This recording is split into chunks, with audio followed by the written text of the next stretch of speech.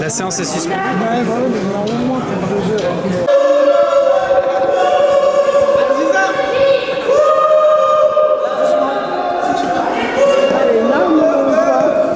Ah, le mec, il a une arme. Vous levez la jambe, vas-y, la prochaine fois. Dieudonné a été très bon. Moi, j'ai fait mon coming out, là. Et les autres, c'est toujours le même cirque. On se croirait à une soirée thématique Arte, tu sais. On a de la pleurniche, de la pleurniche, de la pleurniche. Voilà, quoi. La juge, elle est impartiale. Plus partial, tu peux pas imaginer. Tu vois, elle est 100% hostile. 100% hostile, ça se voit, quoi. Mais il faut que ça se voit, de toute façon. Ce qui est sûr, c'est que ce genre de procès ne peut qu'augmenter notre notoriété et le soutien populaire. Ça, c'est une évidence. Mais ça passe par accepter certaines persécutions, quoi. C'est ça la logique. C'est que les gens voient, que les gens réalisent. Parce que pour ceux qui ne sont pas encore rentrés, vous allez voir le niveau de bassesse, de malhonnêteté et de grotesque de ces gens-là, quoi. Vous allez voir. On dirait du mauvais cinéma. Mais le genre de film que plus personne ne veut aller voir, vous voyez. C'est ce qui a été dit jusqu'à maintenant. Comment ? Qu'est-ce qui a été dit jusqu'à maintenant au tribunal? Qu'est-ce qui a été dit ? Toujours la même chose. La haine. Ah oui, d'accord. La haine, la souffrance, la haine, la souffrance. Toujours les mêmes. Voilà, et que, voilà, la haine. Donc, Dieudonné, c'est la haine, moi, c'est la haine, et les autres, c'est l'amour. Voilà. Est-ce que vous pensiez qu'en faisant cette photo, ça aurait autant de conséquences? Bien sûr que non, parce que je regrette jamais rien, moi. Mais non, mais surtout qu'il n'y a pas de base légale. J'ai une photo. C'est ça qui est bizarre, c'est qu'on est dans un procès en sorcellerie, on est dans un procès qui recourt sans le nommer au blasphème, c'est-à-dire j'ai blasphémé.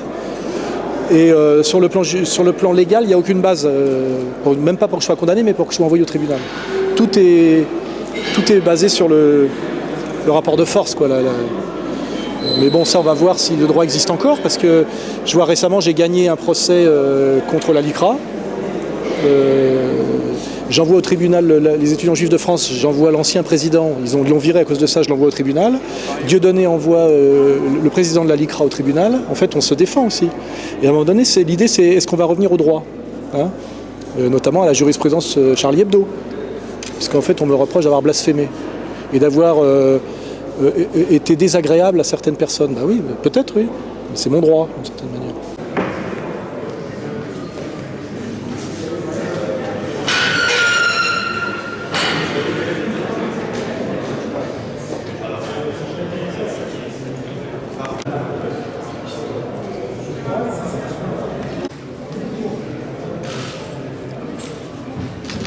J'étais avec mes amis de la gendarmerie. Les amis de la gendarmerie qui... Alors Canal+, bonjour. Je sors, c'est vrai que il y a eu beaucoup de pression quand même. Il y avait tout un tas de témoins, il a fallu écouter, ça a été assez long. J'ai exprimé en tant que spécialiste de la quenelle.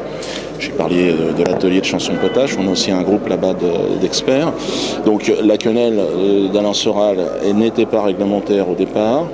Il semblerait, il s'est rattrapé un peu, il nous a expliqué qu'il était habité par une autre idée en la réalisant, cette quenelle. Et donc on a écouté ses explications avec beaucoup d'intérêt. Il est clairement, sa quenelle était plus une quenelle de fist fucking, qui est une évolution un petit peu de la quenelle, puisque la quenelle est un geste anti-système d'émancipation des populations noires au départ. C'est le geste de l'esclave qui est dans les champs, qui dit je m'en vais, je me tire, je la montre à la quenelle, c'est-à-dire je m'en vais. Et vous regardez aussi la croix, la croix du Christ qui est là, parce que l'esclave va rencontrer sur ce chemin périlleux, évidemment, par l'esclavagisme, il va être face à face avec la religion catholique et ce que l'Occident a porté de mieux au monde esclave, c'est Jésus-Christ. C'est la seule chose d'ailleurs. Le reste ça n'était que souffrance.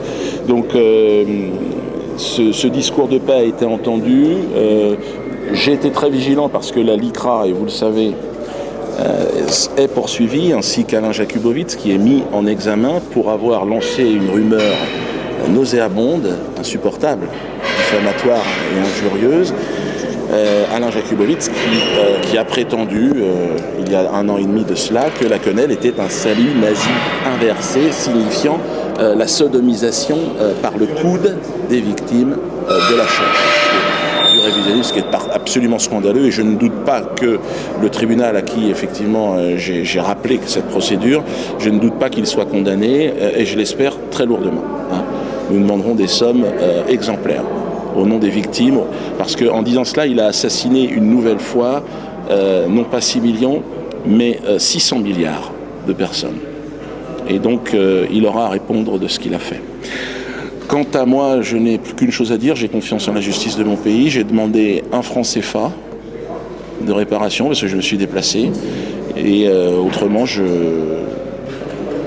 pense, je suis encore habité par un doute. Lequel? On va voir de quoi. Je n'ai pas écouté parce que j'ai été solidaire de l'autre parti civil qui est parti, parce qu'il avait demandé effectivement la dissolution de la LICRA et je faisais partie de ce mouvement. Et par solidarité, il a été expulsé, donc j'ai dit par solidarité, je le suis. Donc, voilà. Et donc je vous incite à signer la pétition qui demande à la dissolution de cette association de la haine.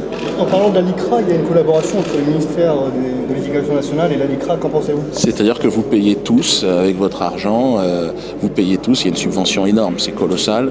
L'argent qui est donné, je connais une partie de la somme, mais bon, je ne suis pas assez précis mais c'est beaucoup, beaucoup d'argent. L'État, vos impôts, vous, citoyens français, vous donnez de l'argent à cette association de la haine. Association de la haine qui a une haine de celui qui est différent de lui. C'est la haine de l'autre. Et je pense qu'effectivement, cette dissolution, elle est souhaitable pour le retour à la paix et au calme. Mais en tout cas, ce qui a été positif, c'est qu'il y a eu à un moment donné une pause, on a pu discuter avec certaines associations.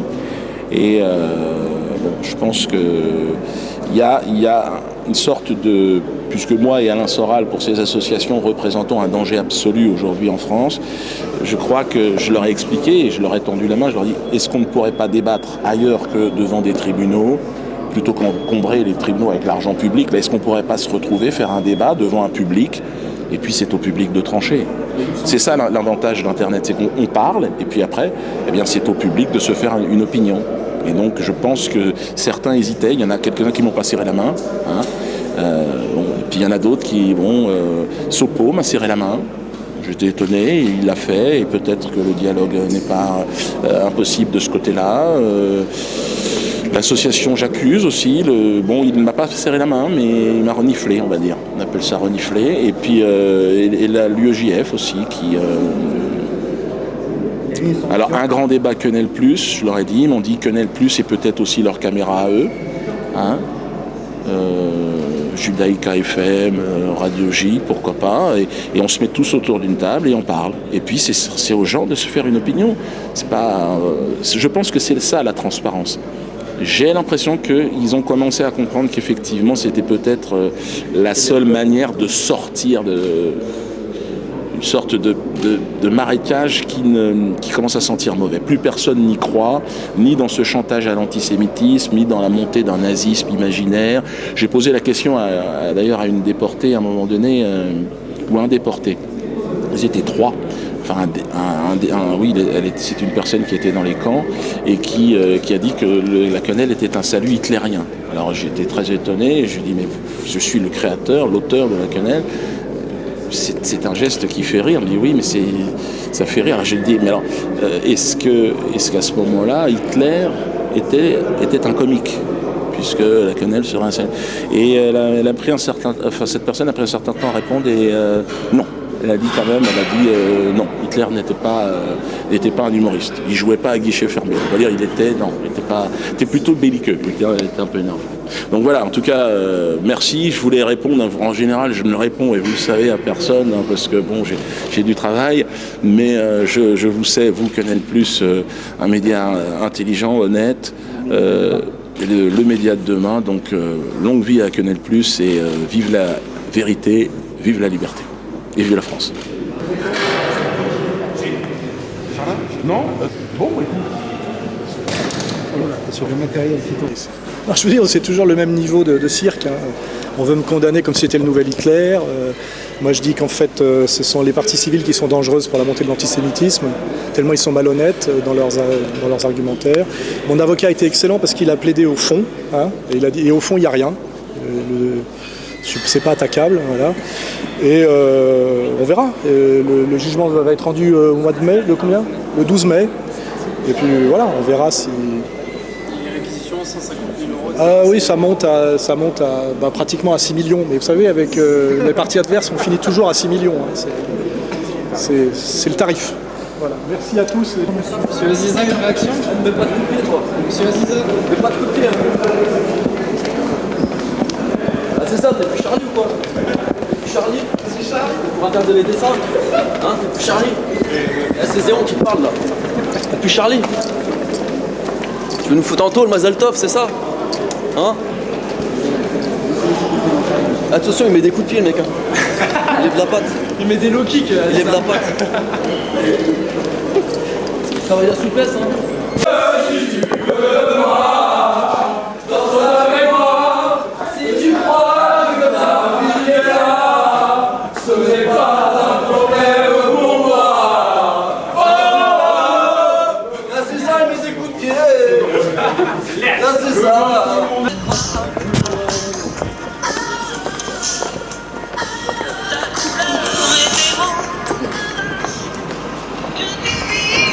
Ici ou là-bas, Danse avec moi.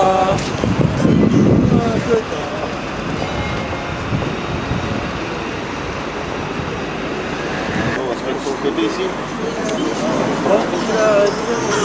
Ah, je crevais dalle.